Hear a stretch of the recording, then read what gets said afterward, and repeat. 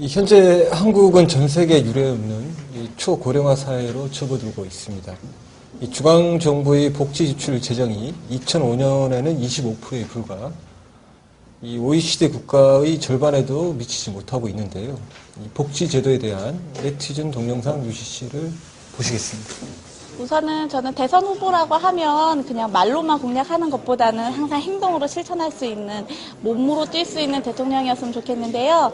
특히 복지제도 같은 경우에 항상 대통령이 바뀔 때마다 복지제도가 많이 바뀌어요. 그렇기 때문에 항상 그때마다 수혜를 받는 사람도 있고 거기에서 피해를 보는 사람들이 많이 있는데, 좀 더 복지에 좀 장기간의 미래를 생각해서 좀 장기간의 복지 정책을 잘 세울 수 있는 그런 대통령이 나왔으면 좋겠고요. 그런 정책에 대해서 좀 명확하게 그냥 뭐 노인들을 살리겠다, 뭐 노인들을 도와주겠다 이런 말 말고 정확하게 어떤 정책으로 길게 장기를 보고 있을지 그런 걸 대선 후보들이 많이 얘기를 해주셨으면 좋겠습니다. 제가 지난 15년 동안 어르신들, 노인들을 위한 그 정책들을 개발해 왔습니다. 그 중에 노인의 날이라는 걸 제가 많은 학자들과 같이 연구해서 재정 권유를 해갖고 이 10월 2일 날 정해진 게 한 10년 좀 된 것 같은데요. 또 장기요양제, 목약출, 경로연금제 이런 많은 제도들을 지난 15년 동안에 만들어 왔는데 아직도 부족한 게 많아요. 저희가 가장 절실하게 이렇게 필요하다고 생각하는 게 사후의 복지보다도 복지의 필요성을 줄여주는 거가 어르신들을 위한 일자리가 있어야 되는 겁니다. 그래서 어르신들을 위한 일자리 복지가 제일 중요한 건데 일자리를 지금 못 늘리고 있어요, 충분히. 그래서 75세, 뭐 심지어 80세의 어르신들도 경제적 활동과 사회적 활동을 원하는 분은 할 수 있는 사회적 분위기와 제도가 있어야 돼요. 외국엔 그게 많거든요. 그래서 그런 일자리 복지를 늘려가야 되겠고, 어르신들도 휴대폰을 사용할 줄도 알고 각종 교육을 받아서 직업 역량을 늘려간다든가 문화생활을 즐길 수 있게 해드려야 될 것 같아서 지난 2년 동안 어르신들의 휴대폰 이용이라든가 이런 것을 지금 확산하고 있는데, 컴퓨터들은 이용하시는 분이 있지만 예를 들면 휴대폰을 이용을 못해서 소통을 남들하고 못하고 있었거든요. 다시 소통을 하게 해드린다든가 이런 게 있는데, 또 중요한 거가 어르신들은 말년의 유병기간이 우리나라는 8년이나 된다는 거예요. 선진국은 2년인데 그럼 누군가가 8년을 옆에서 도와드려야 되는데 그 삶의 질이 말이 아닌데, 보면 젊었을 때 스트레스가 많거나 술을 너무 많이 드시거나 사고가 났으신 분들이 결국은 나중에 유병기간이 선진국 어르신보다 4배나 긴 거예요. 이걸 예방 차원에서 국가 사업으로 바꿔나가야 된다고 봐요. 그리고 저는 그 장성에 가면 프란치스코의 집이라고 있어요. 한 번들 가보실 만한데, 이 종교단체들과 이 힘을 합해서 프란치스코의 집 같은 것을 전국에 한 5, 600개 만들고 싶어요. 그러면 어르신들이 여기가 정말 어르신들을 위한 이 쉼터가 이런 것이구나. 거기는 장기 요양이 필요하신 분들을 위한 중앙시설이 있고 자발적인 사설 어르신들의 집이 주변에 있는데, 그건 천주교에서 하는 거예요. 비슷한 게 원불교에서도 하는 게 있고 각 종교마다 하는 게 있는데, 종교인들과 지방자치단체와 자원봉사자가 합한 그런 어르신들의 집을 전국에 5, 600개 이렇게 늘려나가는 것이 아주 중요한 일이라고 생각을 합니다.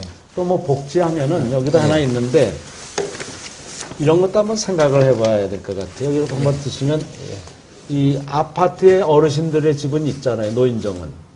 근데 나머지 복지가 없어요. 그래서 아파트에 이렇게 주민들이 땅값은 이미 내고 건물을 사잖아요. 지어서 입주하잖아요. 근데 1층은 꼭대기층에는 하나를 더 얹어주고 공용 공간을 해서 복지 공간으로 써야 될 것 같아요. 그래서 보육을 공동으로 한다든가 방과 후 교실, 어린이 도서관, 뭐 기타 문화 복지 공간으로 쓰면 선진국들처럼 또 큰 부자들 사는 아파트처럼 이 공용 공간을 늘리면서 공동체가 복원이 되고 가장 가까운 데서 보육이라든가 방과 후 교실을 함으로써 편리도 해지지만 돈을 많이 절약을 할 수 있죠. 그래서 이런 그 1층에라 이런 시설들을 집어넣는 거 그런 거가 이제 디자인의 변경을 통해서 하는 건데요. 앞으로 새로운 정부는 이제 너무 정치에 몰입하지 않고 국민들의 찾아다니면서 복지를 획기적으로 개선해야만 될 겁니다. 예. 무르분이 혹시 사채 써보셨나요? 옛날에 뭐 예. 이렇게 사채라는 것보다도 친구들한테나 부모님한테 빌려 쓴 적은 있어도 예. 사채업체한테 빌려 쓴 적은 없어요. 혹시 이 사채 쓰기는 개인의 책임인가요? 아니면은 이 사회의 책임인가요? 뭐 둘 다인 경우가 많죠. 예. 뭐 100% 본인 책임인 경우는 아주 제한될 경우 같고요. 예. 사회적 책임이 많이 있다고 봅니다. 예. 한번 보시죠. 예.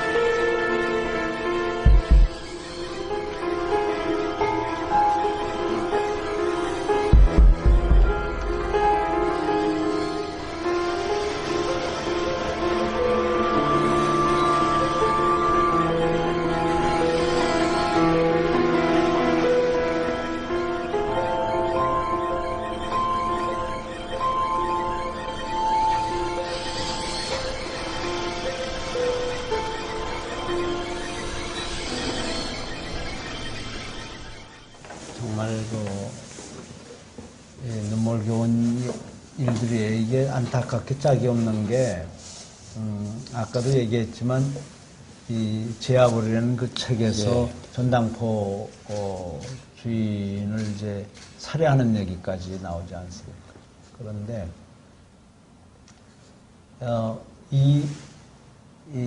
그 가난에 찌들리고 그것이 악순환되는 과정에서 생기는 인간 파괴나 가정 파괴나 사회 파괴 그리고 그 한과 가난의 세습 이거는 어떤 사회적 문제보다도 큰 거거든요.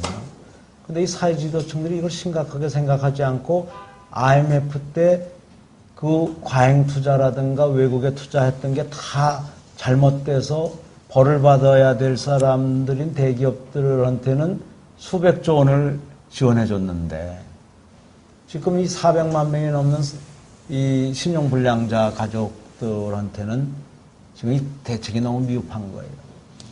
그래서 우리가 재벌 기업들을 그 96년서부터 2001년 사이 한 6년 사이에 집중적으로 수백조 원을 동원해서 도와줬듯이 또 그 사람들을 도와주자고 길거리에서 크레딧 카드를 발행하는데 많은 가정과 젊은이들이 참여해가지고 사실은 그 신용불량자가 더 폭증했던 거기 때문에 이거는 나라 책임이 있는 거예요.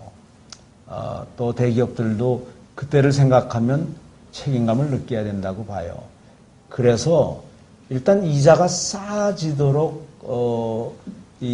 노력해주는 건 쉬운 거거든요. 그러려면 외국인 직접 투자가 몰려 들어오게 하고 우리나라의 돈이 널리 풀려야 돼요. 그러려면 우리 사회가 부패가 없어지면 외국인 직접 투자가 몰려 들어오면서 돈이 풍부해지면서 이자가 내려갑니다. 그 다음에 이제 두 번째는 일자리가 암만 해도 늘어야 돼요. 일자리가 늘어야 소득이 있어야 이 과거에 진 빚을 바로잡지 않습니까? 그리고 비정규직이 미국엔 4%인데 우리는 55%나 돼요. 이 신자유주의자라는 사람들이 해고의 자유나 외조화의 자유, 그 다음에 비정규직화의 자유를 누리면서 마구 이것을 이렇게 했는데 그게 가정 파괴나 사회 파괴로 나타나는 거거든요. 그 양반들이 고부가 가치 제품을 만들 수 있는 정규직화로 가서 소득이 늘어나게 해줘야 돼요. 그러고 자영업들도 거기 수백만 명이 숨어서 있지만 실업자들이 많거든요.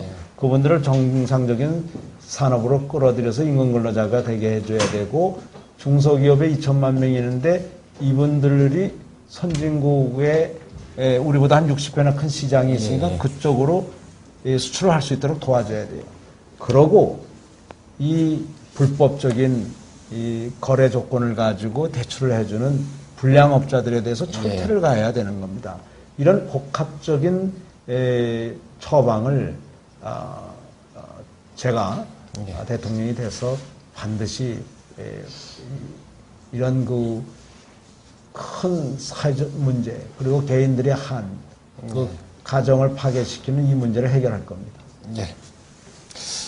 이 한 국가를 지탱하는 이 아주 중요한 세 가지 기둥이 외교, 안보, 이 교육, 경제라고 합니다. 특히 가깝고도 먼 나라 일본과의 관계는 또 네티즌들의 주요 관심사 가운데 하나인데요. 지금 이제 보실 동영상 유시는 지난 8월에 그 일본군 위안부 피해자 할머니들이 거주하시는 이 나눔의 집에 청소년들이 다녀왔습니다. 보시겠습니다. 위안부 할머님들에 대한 문제가 어떻게 될 것인지 되게 공부 많이 하거든요. 왜냐하면 한일협정이나 그 전에 있었던 우리 한국과 일본에 대한 그런 외교의 문제에 대해서 보면 뭐든지 한국이 되게 불평등한 관계로서 이렇게 많은 외교가 되게 이루어졌는데 그 위안부 할머님들에 대한 그 정신적 피해 보상 그런 것과 대해서 어떻게 해결할 것인지 일본의 공식적인 사과를 어떻게 받아낼 것인지에 대해서 그래서 거기에 대한 대선 후보님들의 생각을 좀 듣고 싶습니다. 이 건에 대해서는 그 미국 의회가 우리 한국인들의 진정도 받아들이고 아시아, 필리핀이나 뭐 베트남이나 이런 데 피해자들의 인도네시아 이런 데 피해자들의 그 진정을 받아들여서 결의를 한 바가 있습니다. 그래서 일본 정부가 그 책임을 지고 사과를 해야 된다. 그리고 이 잘못에 대해서 후세들한테 계속적으로 교육을 해야 된다. 이렇게 됐기 때문에 일단 1차적인 전 세계에 그것을 알리고 일본 정부가 전 세계적인 압력을 받도록 한 거에는 성공을 한 것 같습니다. 이제 한 단계 나아가서 보상을 받아야 될 분들이 이 보상을 받게 하는 거, 그 절차는 이제 앞으로 해야 될 절차라고 보고요. 이 일본인들의 마음을 움직이는 데는 그 다른 방법을 좀 써야 된다고 봅니다. 저는 북한과 미국의 수교를 적극 추진하는 사람인데요. 미국과 북한이 수교를 함으로써 북한의 이 핵 무기가 완전히 사라지는 건 물론이고 한반도의 냉전이 없어지고 러시아와 북한과 남한이 미국, 캐나다와 아주 역동적인 경제협력 관계를 이루게 될 겁니다. 제2의 성장 엔진이 이 황해에 있는 제1 성장 엔진 중국을 이용하는 거 외에 러시아와 북한을 이용하는 게 이게 들어서면 일본 사람들이 본인들도 끼려고 대북 보상금 지금 100억 달러를 줄 게 있어요. 이 100억 달러를 내는 과정에서 이 종군 위안부들 고생하신 분들에 대한 보상 문제도 자연스럽게 다시 부각될 수 있지 않을까. 그리고 일본도 북한이라든가 러시아 개발에 참여하고 싶을 거거든요. 거기에 참여하고 하려면 미국의 말, 북한이나 우리 대한민국의 말을 듣지 않을 수가 없을 겁니다. 저는 그렇게 직접적인 거와 간접적인 방법을 병행하기를 권하고 그렇게 할 생각입니다. 좋아하는 음식이 산채 비빔밥하고 두부에 또 네, 두부 뭐 좋아합니다. 또 딴 거 좋아하시는 거예요? 뭐 과일 좋아하죠.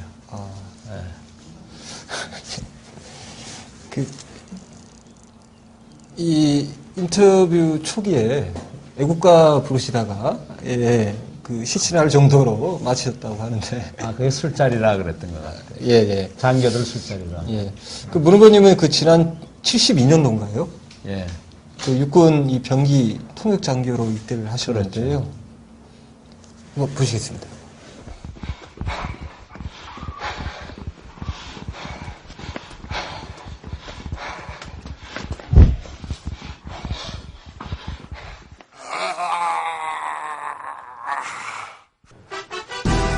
너 임마! 겁도 없이 감히 타령을 해? 아닙니다. PX에서 빵 파는 녀석이 뭐가 힘들다고 타령을 한 거야? TX에서 빵 판다고 너무 무시하시는 거 아닙니까? 저도 나름대로 불만을 갖고 타령했습니다. 새끼 봐라, 이거. 뭐가 불만인데? 아니, 텔레비만 켜면 누구 아들 병역비리, 가수 누구 병역비리, 탤런트 누구 병역비리, 병역비가 판치입니다. 아직도 사회는 사지입식 멀쩡한데 군대 하나 버티고 있는 분들 많습니다. 그래, 그건 그렇지. 기왕 이렇게 된 거 대통령 후보님들께 한번 묻겠습니다. 대통령 후보님들 신의 아들이라고 아십니까? 이제 좀 없어져야 되지 않겠습니까? 병역비리 어떻게 대처하실 겁니까?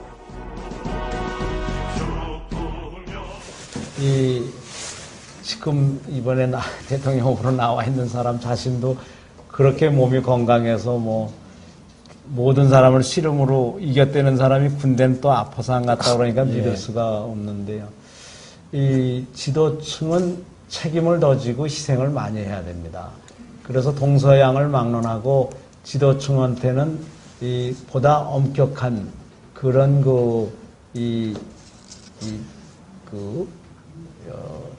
태도라든가 처신이라든가 그런 이 의무가 주어졌는데 서양 사회에서 그 왕자들이나 이런 사람이 이 전쟁이 일어났을 때 가장 먼저 지원해서 가는 거가 그런 거죠.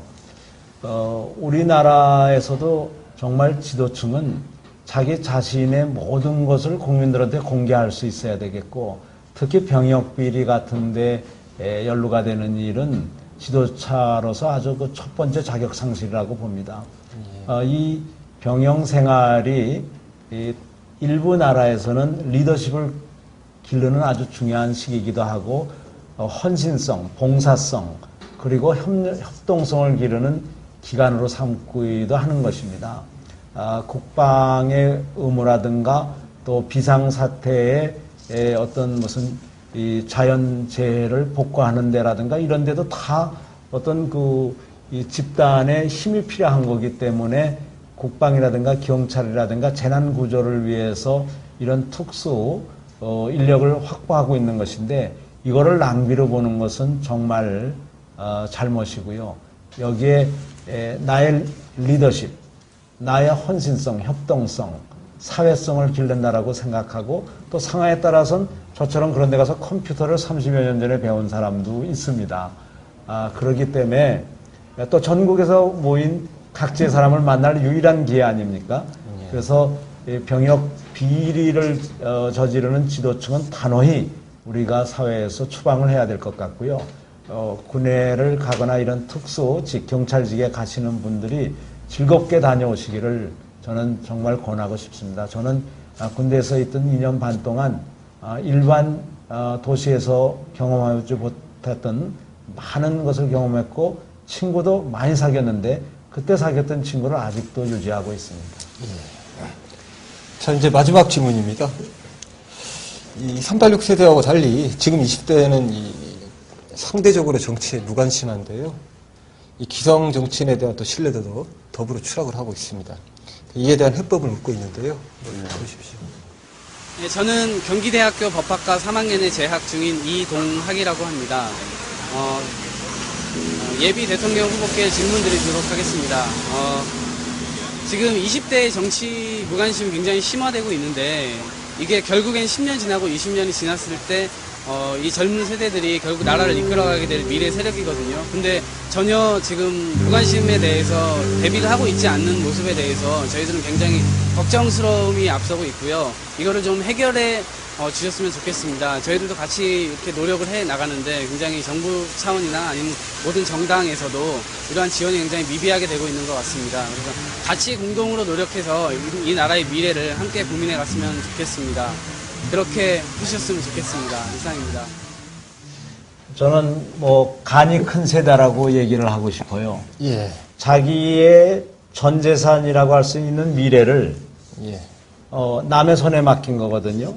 그러면 아마 일자리를 전부 100% 비정규직으로 만들거나 아마 한국의 일자리를 없앨 수도 있는데, 20대가 정치에 참여를 안 하고 투표를 안 하고 무관심하면은 당연히 기성세대들은 저 사람들 몫은 없애자, 현 세대가 미래 목까지 다 가지자 그러면서 자연 파괴도 하고 국제 경쟁력이라든가 이런 걸 염두에 안 두고 당 세대 자기 먹만 챙기지 이 다음 그 사람들이 일할 기회라든가 월급을 더 많이 받을 수 있는 교육 시스템이라든가 이런 걸 투자를 일치 안 하게 되죠. 왜냐하면 다음 세대까지 경쟁력 있게 하려면 교육에라 예산을 많이 써야 되는데 그거는 다음 세대가 갖는 거고 부동산에 투자하는 건 자기네가 갖는 거거든요.